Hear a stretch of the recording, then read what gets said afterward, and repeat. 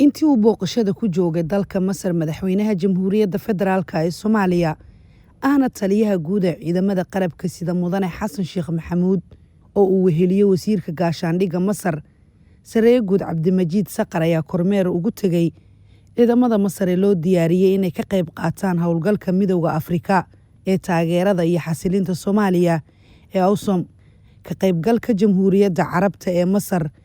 ee Midowga Howlgalka Afrika ee taageerada iyo xasiloonida Soomaaliya haatan maraya marxaladihii u dambeeyay ee diyaar garowga iyo dhamaystirka ka qaybgalka Masar waxa uu ka turjumayaa ballanqaadkeedii ku aadanaa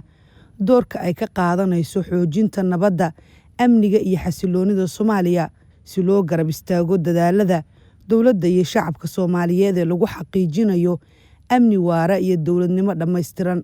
Intii uu socday kormeerku waxaa la soo bandhigay warbixin faahfaahsan oo ku saabsan heerka diyaar garowga tababarka iyo qalabaynta ciidamada Masar ee ka qaybgalaya howlgalka taasoo muujisay heegan sare iyo u diyaar garow buuxa oo ay ku gudan karaan waajibkooda. Sidoo kale waxaa la soo bandhigay qaar ka mid ah hubka iyo gaadiidka howlgalka loo adeegsan doono iyadoo la muujiyay heerka xirfadeed iyo kartida ciidamada. Ka qaybgalka Masar ee AWSOM waxa uu sii xoojinayaa iskaashiga amni ee Soomaaliya iyo Masar isla markaana waxa uu dib u xaqiijinayaa doorka taariikhiga ah ee ku aadan taageeridda nabadda iyo amniga caalamiga gaar ahaan xasilinta geeska Afrika iyo taageeridda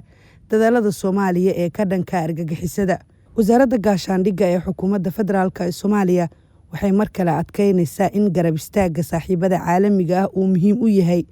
dardargelinta howlgallada lagu ciribtirayo khawaarijta, xoojinta hay'adaha amniga iyo xaqiijinta xasilooni waarta oo dalka oo dhana.